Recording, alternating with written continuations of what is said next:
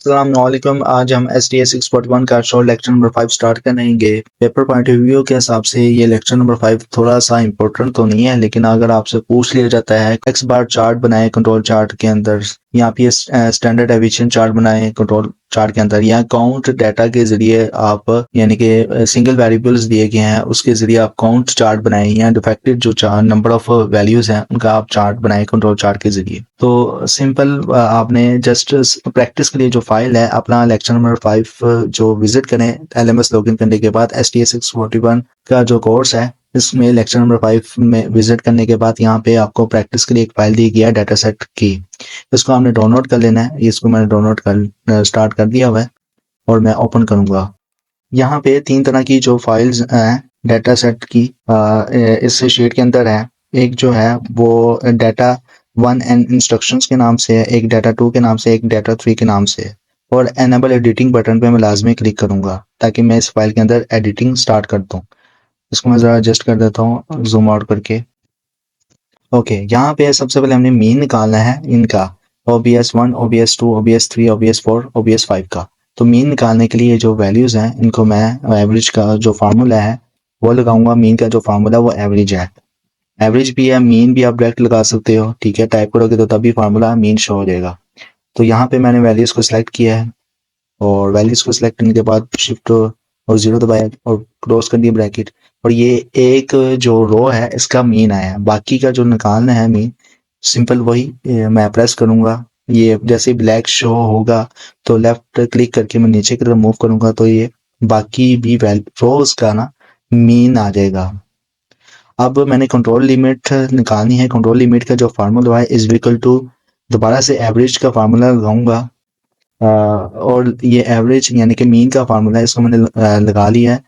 और यहाँ पे जितने भी वैल्यूज हैं मीन की इन इनका इनको मैं सिलेक्ट करूंगा और शिफ्ट 0 दबा के ब्रैकेट क्लोज करूंगा और एंटर कर दूंगा। अभी देखिए फार्मूला मैंने सही लगाया तो इसलिए यहाँ पे टिक शो हो गया। मतलब ये कि जितने भी डाटा सेट फाइल्स हैं इनको अगर आपने अच्छे से प्रैक्टिस कर ली है तो आपका जो मिड टर्म पेपर है या फाइनल टर्म पेपर है वो हलवा होगा एक किस्म का। स्टैंडर्ड डेविएशंस निकालना है। स्टैंडर्ड डेविएशंस निकालने के लिए इज इक्वल टू जो स्टैंडर्ड डेविएशन का जो फार्मूला है STDEV, यहाँ पे स्टैंडर्ड डेविएशन फार्मूला मैंने सेलेक्ट किया और यहाँ पे मीन की जितनी भी वैल्यूज उनको मैं सेलेक्ट करूंगा और शिफ्ट और 0 दबाया और एंटर कर दूंगा। ये स्टैंडर्ड डेविएशंस की वैल्यू डिफाइन हो गई है। अपर कंट्रोल लिमिट निकालने का जो फार्मूला है is equal to control limit plus 3 shift और 8 प्रेस किया है और फिर शिफ्ट और 9 ब्रैकेट स्टार्ट STDEV फार्मूला मैंने लगाया है और यहाँ पे जितनी भी मीन की जो वैल्यूज है इनको सेलेक्ट किया है और सेलेक्ट करने के बाद शिफ्ट 0 डबल ब्रैकेट क्लोज कर एंटर किया है।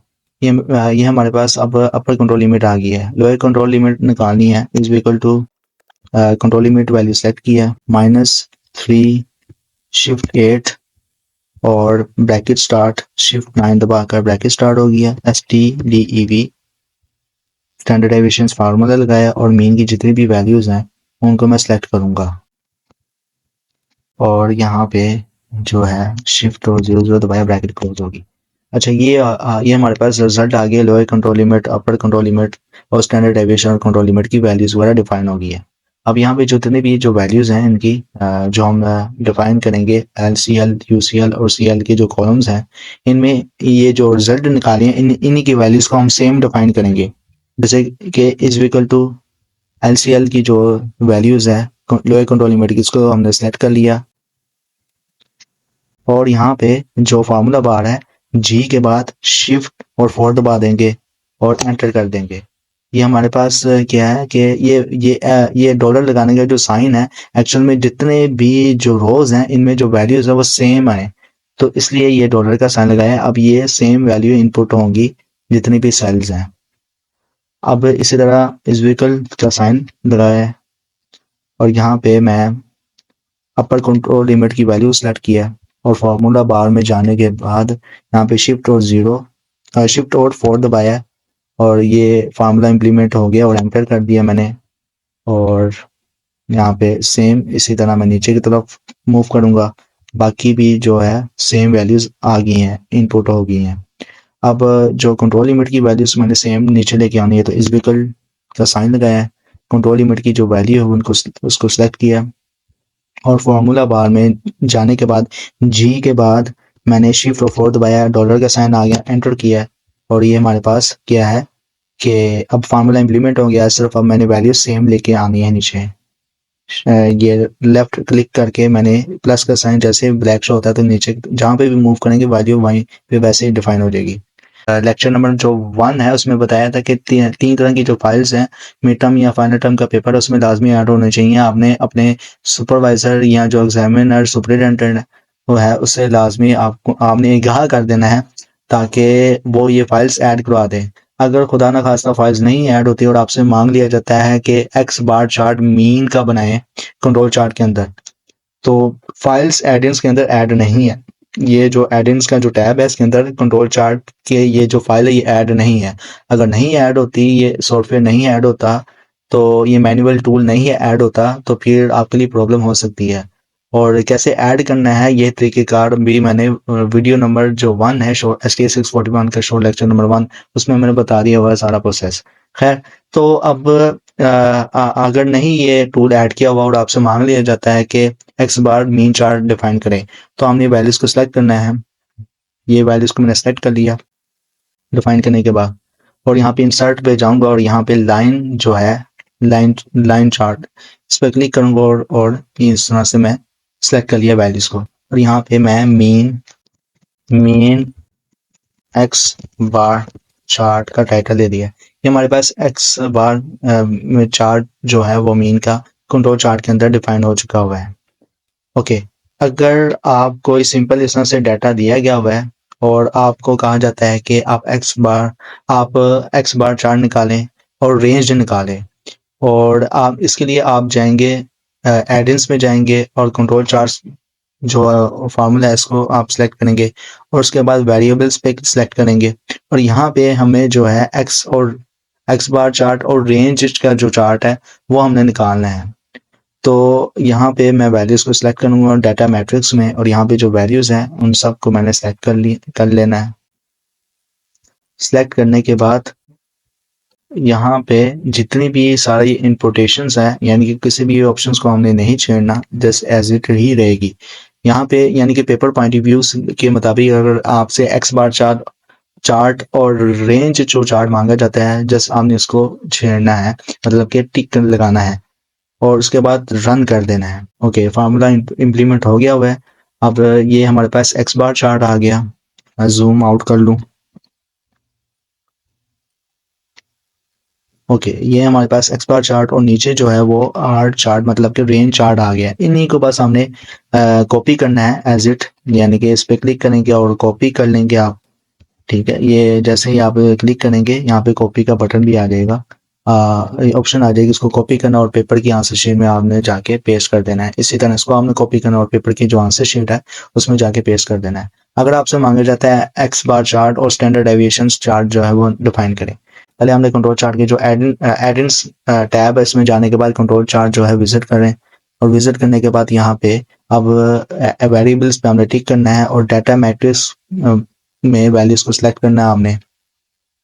तो ये वैल्यूज को मैं सिलेक्ट करूंगा, उसके बाद वैल्यूज को सिलेक्ट करने के बाद यहाँ पे जो